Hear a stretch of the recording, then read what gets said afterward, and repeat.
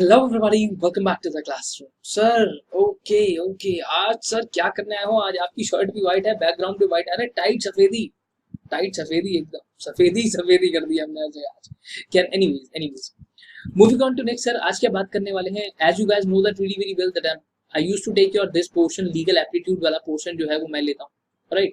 So this portion, out of this portion we are going to practice one mock test paper. Right, these mock test papers are particularly provided by ICSI ने भी दिए हैं कुछ, और कुछ questions हम लोगों के पास भी अवेलेबल होते हैं। तो पहला क्वेश्चन जो है ये तो लॉजिकल रीजनिंग का आ गया, बट कोई बात नहीं, ध्यान से देखते हैं। क्वेश्चंस को देखना है, सबसे पहले क्या करना है, बहुत बहुत बहुत ध्यान से क्वेश्चन को समझना है कि क्वेश्चन डिमांड क्या कर रहा है। And after that I am going to tell you about a couple of tricks जो हमेशा ही काम करेंगी और दिखा दूंगा आज की क्लास में कि कैसे काम करती है।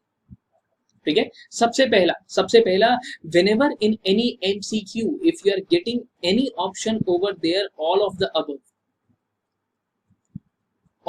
above नाम का आपको ऑप्शन मिलता है या none of the above नाम का मिलता है, none of the above, थोड़ा सा लॉजिकल रीजनिंग भी मुझे बताना, ठीक है? If I talk about the very first part that is like कि जैसे एक MCQ आता है हमारे पास, उसके ऑप्शंस हैं A, B, C and D। So what is the probability कि बी आंसर होगा? तो प्रोबेबिलिटी क्या है सर? 25% इसकी है, 1/4 इसकी है, 1/4 इसकी है, 1/4 इसकी है। That is the common probability. But जब ऑल ऑफ द अबव होता है तो इसकी प्रोबेबिलिटी है 3/4। नन ऑफ द अबव होता है, दैट मींस अगर इसकी प्रोबेबिलिटी 75% है तो sir none of the above की प्रोबेबिलिटी होती है 10 से 15%। बहुत कम चांसेस होंगे कि नन ऑफ द अबव जो है वो आंसर होगा। ऑल ऑफ द अबव आपको दिखता है तो प्रोबेबिलिटी बहुत ज्यादा है कि ये आंसर होगा। It's not 100%, it's like 75 to 80%। It's a probability कि यस यही आंसर आपका होने वाला है। ठीक है, चलो अब आगे चल के we are going to prove this kind of things with you guys as well. Moving on to next, sir, the very first question from the graph below, which would be the most suitable interference? As I can see over here that the birth rate is increasing, right? We can also find over there that yes, this is the death rate. So which is increasing the, अब simple सी अगर आपसे एक बात पूछूं कि sir height किसकी ज्यादा है, नंबर किसमें ज्यादा है, look over here, see number कहां पे ज्यादा है सर? नंबर ज्यादा है बर्थ रेट पे। Okay, so that means death rate ज्यादा है। नीचे देखो, no trend is obvious, false. Population is increasing or not. If the birth is more, right, if I tell you that birth rate is higher and death rate is lower, in that situation that means जो बंदे हैं जो पैदा हो रहे हैं वो ज्यादा हैं और जो डेथ हो रही है वो कम है। तो इस सिचुएशन के अंदर the answer is population is increasing. अगर पॉपुलेशन के अंदर बर्थ ज्यादा हो रहे हैं, डेथ कम हो रही है, in that situation population is going to increase. देखो बर्थ कैसे इंक्रीज होता जा रहा है, and if I talk about the death rate, वो धीरे धीरे कैसे वो कम है, आई मीन वो भी इंक्रीज हो रहा है कहीं ना कहीं, बट बर्थ रेट से कंपेरेटिवली कम है। ओके सर, आपने जो बताया था वो प्रूव करना बिल्कुल। Consider the following statements. Parliament of India consist of to houses, Lok Sabha and Rajya Sabha. Okay, ठीक है। Parliament of India consist of president and Lok Sabha. Parliament of India consists of president and two houses, that is Lok Sabha and Rajya Sabha. Parliament of India consists of speaker of Lok Sabha and Rajya Sabha and Lok Sabha. No, which one is correct? इन सब में क्या ठीक है sir? इन सब में क्या ठीक है means which of the statements mentioned above are correct? कौन सी सही है सर? इसमें सही है पहले वाली, गलत पहले वाली स्टेटमेंट नहीं। यहाँ पे बताओ, यहाँ पे बताओ 1 2 3 4 which statement is correct? A B C D. If I talk about A B C D, tell me which one is right sir? Over here sir, as far as we are concerned na, so this statement is correct, absolutely right, absolutely correct. But this is partly true, ये आधा answer सही है, पूरा answer सही क्या है? It consist of president. बताया था ना कि कोई भी लॉ बनाते हैं तो लोकसभा, राज्यसभा एंड प्रेसिडेंट की जरूरत पड़ती है। So this is true, answer is A, answer is A. Okay, which of the following statements is correct? तो कौन सी करेक्ट है? सबसे पहले A, that means the first one is absolutely correct. Moving on to next sir, अगली बात पे आते हैं। What of the following are functions of institute of company secretaries of India. ठीक है, क्या बताया था मैंने, whenever you are going to find all of the above, तो there is a very high probability कि ऑल ऑफ द अबव ही answer होगा। Conduct of elections to the council of institute, ये होता है। Regulating the training of institute, ये भी institute करवाता है, और एग्जाम भी इंस्टीट्यूट ही लेता है। तो that means each and everything is correct, that is all of the above. Whenever you will find all of the above, the probability is really high, बहुत ज्यादा प्रोबेबिलिटी होती है as compare to any other answer. इसका मतलब ये नहीं है हमेशा सही होगा, आगे चल के दिखाऊंगा गलत भी हो सकता है, गलत भी हो सकता है, राइट। थोड़ा सा और आगे चलते हैं। According to the constitution of India, all citizens shall have right to practice any profession, carry on any occupation, trade और बिजनेस। ये क्या है, हमारा फंडामेंटल ड्यूटी है। मैं सर कोई भी बिजनेस कर सकता हूँ, मैंने आपको बताया था क्लास के अंदर एग्जांपल दिया होगा। मैं चाहूँ तो बाद में जाके क्लास खत्म होती है तो गली में जाके बोल भी सकता हूँ गोलगप्पे ले लो, मूली हो, गाजर हो, आलू है, ऐसे करके बेच भी सकता हूँ, कुछ भी कर सकता हूँ। तो ये क्या है, मेरा राइट है, मेरी ड्यूटी है। सर ये आपका राइट है, that is your fundamental right. आपका राइट है सर, आप किसी भी रिलीजन को प्रैक्टिस कर सकते हो, कहीं पे भी आप अपनी मर्जी का कोई भी बिजनेस, कोई भी प्रोफेशन। अगर मैं आज आपसे बात करूं, ठीक है, आज मैं आपको पढ़ा रहा हूँ, ठीक है, मैं कंपनी सेक्रेटरी हूँ, मेरी मर्जी है कि सर मैं आपको पढ़ा रहा हूँ, उसके साथ मैं एम्प्लॉयमेंट में हूँ या इसके साथ मैं प्रैक्टिस में हूँ, ये मेरी मर्जी है ना, ये मेरी मर्जी है कि मैं कैसे भी करूँ, as simple as that. Okay okay, ठीक है, आगे चलते हैं। जजेस of supreme court, supreme court ध्यान से देखना, supreme court of India retire at age of, कितनी एज पे रिटायर होते हैं sir? They retire at age of, बोलो, थोड़ा सा दिमाग लगाओ सर। 70, गलत, 65। उसने 5 इयर्स वाली तो बात करी नहीं, उसने टर्म नहीं पूछा। अगर टेन्योर पूछा होता तो अलग बात होती, बट यहाँ पर वो कह रहा है 65 इयर्स ऑफ एज और द टेन्योर व्हिचएवर इज, जो भी जल्दी आ जाए, जल्दी खत्म हो जाता है, जहां भी जल्दी पहुंच जाते हैं उस हिसाब से रिटायर होते हैं। आंसर इज 65 इयर्स, ठीक है। और आगे चलते हैं। Sir minimum number of directors for a private company, private limited company under the companies act, क्या बताता है? प्राइवेट कंपनी में 2 मिनिमम और मैक्सिमम 2, सॉरी डायरेक्टर्स है ना, डायरेक्टर्स है, मेंबर्स नहीं है, डायरेक्टर्स है। डायरेक्टर्स हैं तो भी चाहे मेंबर हो चाहे डायरेक्टर हो, in case of a private company the answer is 2.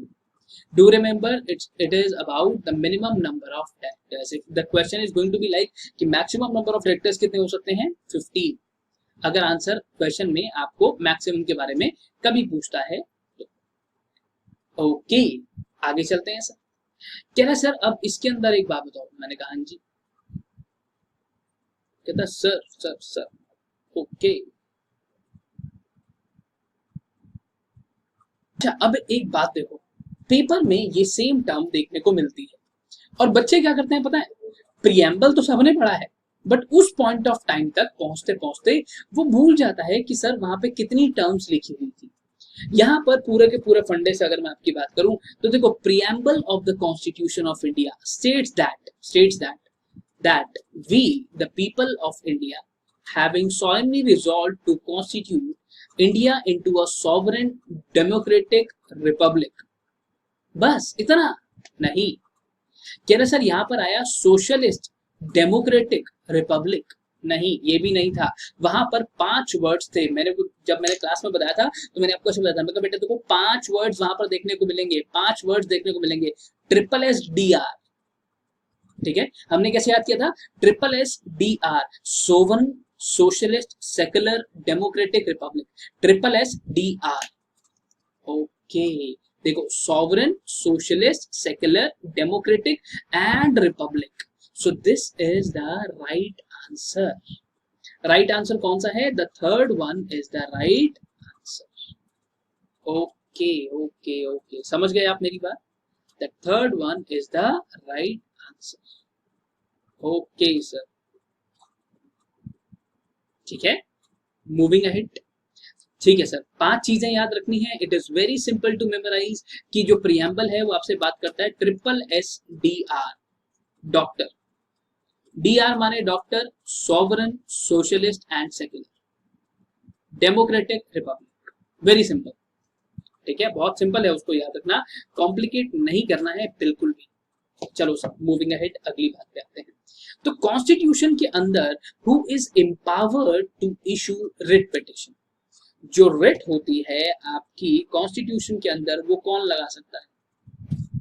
President, prime minister नहीं, सिर्फ और सिर्फ सुप्रीम कोर्ट ऑफ इंडिया के पास ये पावर है। ओके, वही रिट इशू कर सकते हैं। अच्छा, लॉ ऑफ टॉर्ट जो है, अब फिर से देखो, फिर से ध्यान से देखना, मैंने आपको बताया था कि whenever it comes to any question, whenever it comes to any option, whenever you are getting all of the above, तो देखना क्या आंसर निकल के आता है। The probability is very higher, but मैं फिर से कह रहा हूं, मैं आपको ये नहीं कह रहा हूं every time the answer is going to be all of the above. No, that's not correct, that's not correct. Law of torts deal with trespassing, trespassing से तो डील करता ही है। अगर आप किसी के घर में घुस जाते हैं, that is trespassing, trespassing, right. आप किसी के एरिया में घुस जाते हो, अनऑथोराइज एरिया में एंटर कर जाते हो, दैट इज ट्रेसपासिंग। डिफेमेशन, किसी को डिफेम करना, और नेग्लिजेंस, ये तीनों चीजों का के साथ डील करता है लॉ ऑफ टॉर्ट्स। तो that means the answer is all of the, that is all of the. Okay okay okay, ठीक है। मूविंग अहेड सर, अगली बात पे आते हैं। कह रहा अब next is what is mission of ICI. अब बच्चों के साथ प्रॉब्लम क्या है, बच्चे मिशन और विजन में कंफ्यूज हो जाते हैं, ठीक है।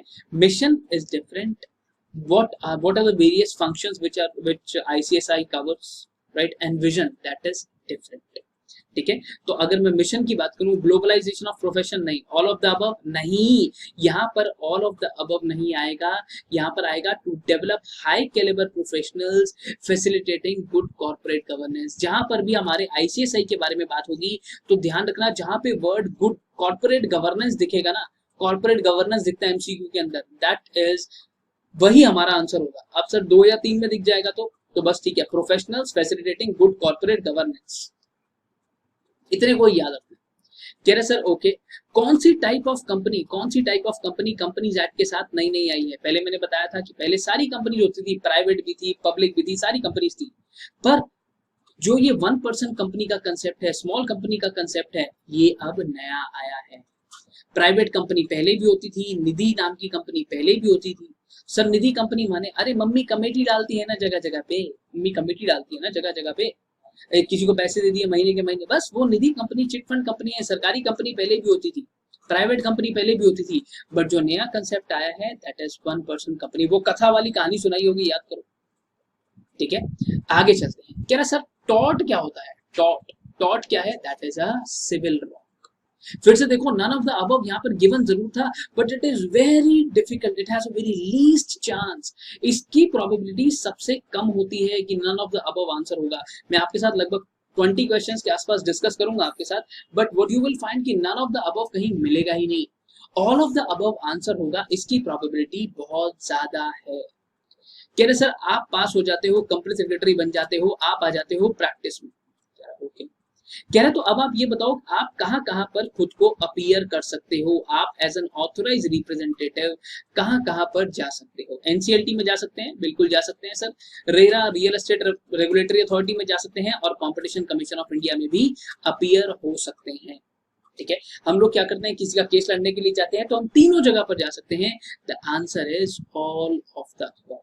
अब देखो यहाँ पे all of the above answer था, सिर्फ एक जगह पर नहीं था, ठीक है। उसके बाद एक और जगह पे हमने ऑल ऑफ द अबव देखा, ये भी फिर से आंसर था।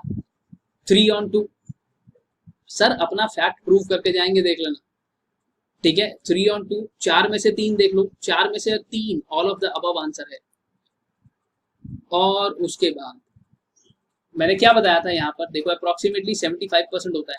4 क्वेश्चंस आपने मेरे साथ करे हैं जिसमें ऑल ऑफ द अबव का आंसर था, और 3 का answer all of the above निकला है।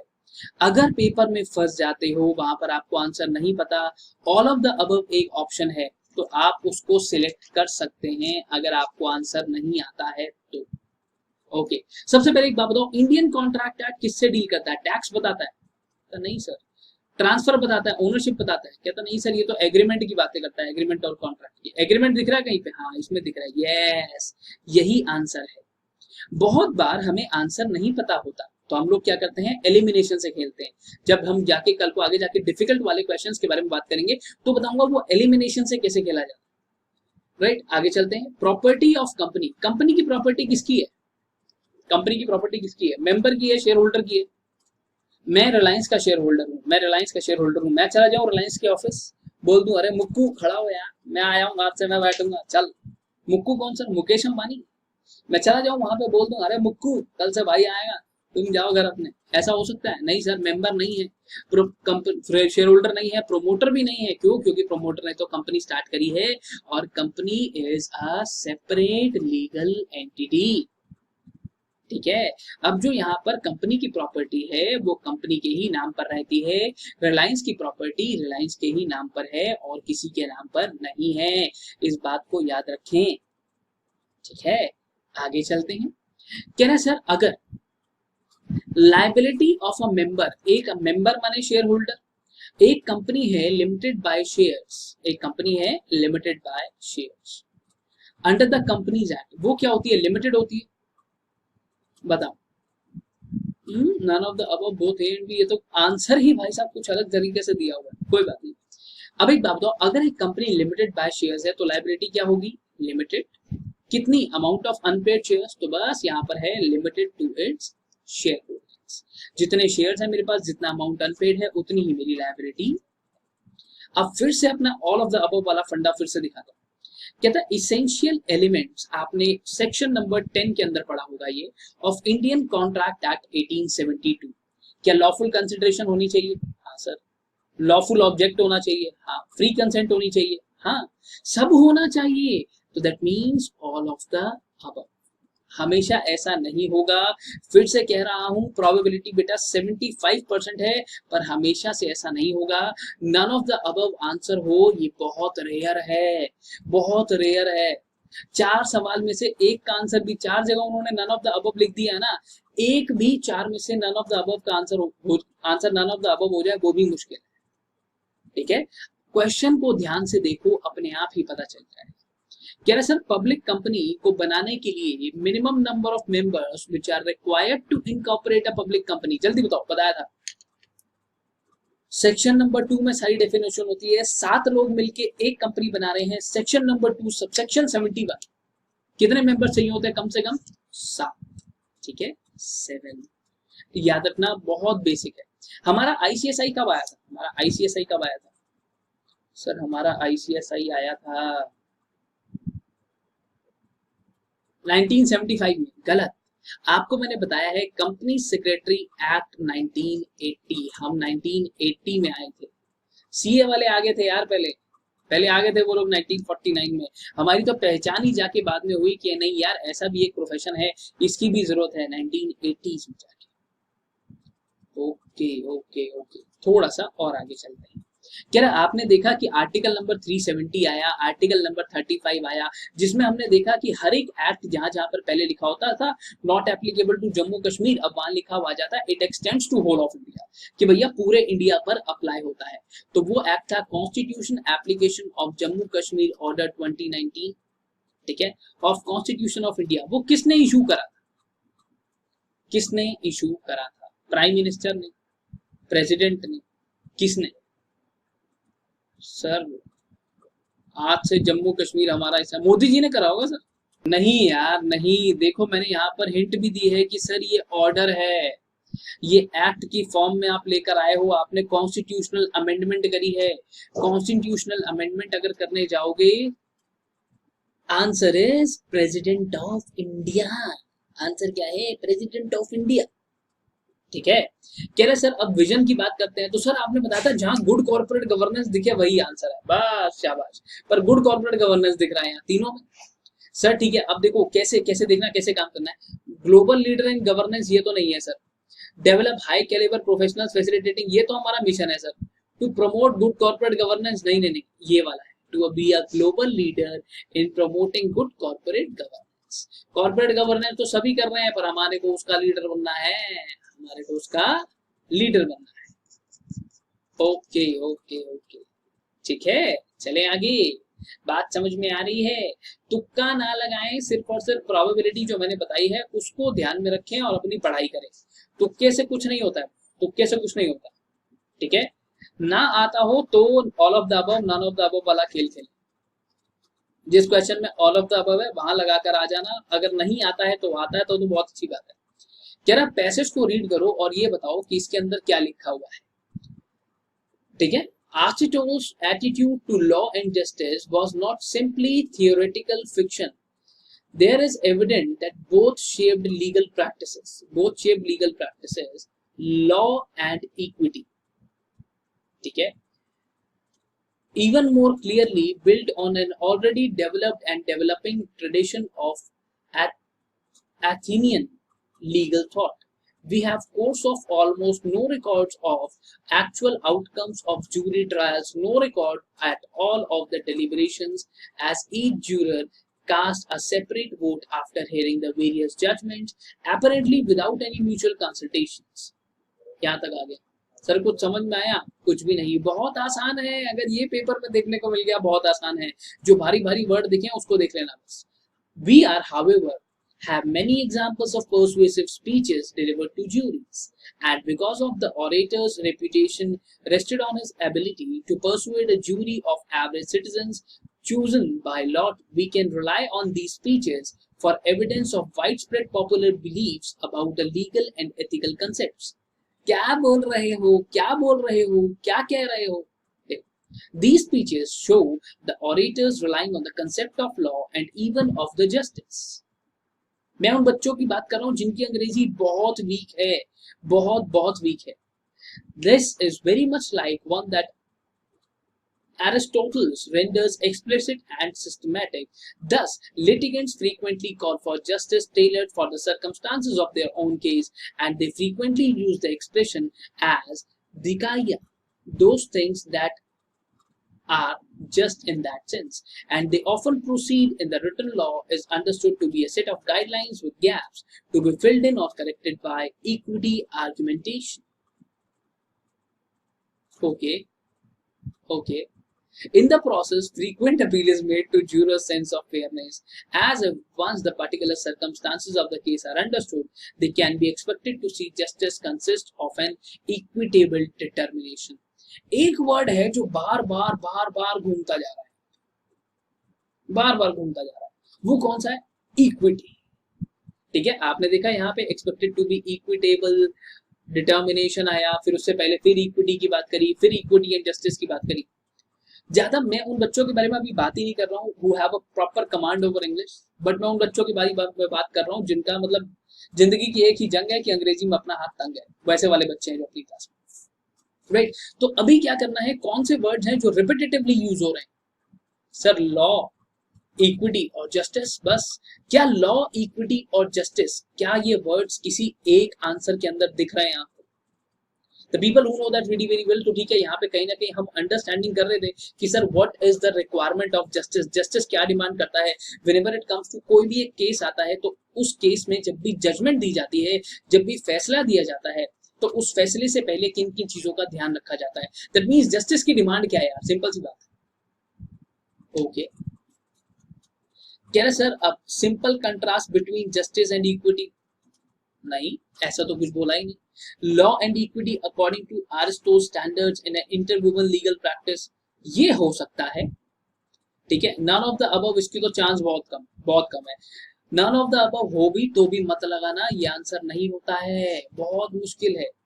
We have to choose between justice and equity and rule of the law as the understandings of what justice demands. Yes, this is my answer. ये है मेरा answer, ठीक है। मेरा जो answer है वो यही है। ओके, ठीक है, चलें आगे। बोलो, यहाँ पे कहीं ना कहीं this is all about your, कहीं ना कहीं जब आपको बिजनेस कम्युनिकेशन की भी अच्छी प्रैक्टिस हो जाएगी तो इन चीजों को आइडेंटिफाई करना इट्स वेरी इजी। ज्यादा टाइम कंज्यूमिंग होते हैं ऐसे पैराग्राफ्स, तो what you are required to do, इसको छोड़ दो, बाकी के क्वेश्चंस को अटेम्प्ट करो। Because if I talk about this question itself, तो ये कहीं ना कहीं मेरे 2 से 3 मिनट ले जाएगा, मिनिमम 2 से 3 मिनट इसको रीड करने में ही चले जाएंगे और 2 मिनट में यहाँ वेस्ट कर दूंगा। जितने के अंदर if I talk about this 5 minutes is something which this paragraph is going to consume, within that much time I can easily answer 5 questions. 5 questions मैं फिर से कह रहा हूं, avoid those lengthy questions। जो भी lengthy questions आ रहे हैं उसको बाद में एंड में जाकर करना, एंड में जाकर करने हैं, पहले वो नहीं करने। ठीक है, पहले नहीं करने हैं, they are suppose to be answered at the end when you have ample amount of time. First you need to go through with the paper properly, after that do those questions in which you know that yes यही answer है, वो वाला करना है पहले, right? बस that's it, we are done for the day. आज के लिए इतना ही. अगर फिर भी कहीं पर कोई भी क्वेश्चन है, you can drop your question. ठीक है, आपके पास I mean जो बच्चे क्लासेस में मेरे पास हैं उन लोगों के पास व्हाट्सएप नंबर भी है, आप व्हाट्सएप पे अपना डाउट छोड़ सकते हो एनी टाइम 24/7. सर 24/7 तो अवेलेबल नहीं है, बट आप लोग जब भी आपको ठीक लगेगा अपना क्वेश्चन ड्रॉप कर सकते हो. ठीक है, बस that's it, we are done for the day. Bye bye, take care of yourself, see you in next class. Bye.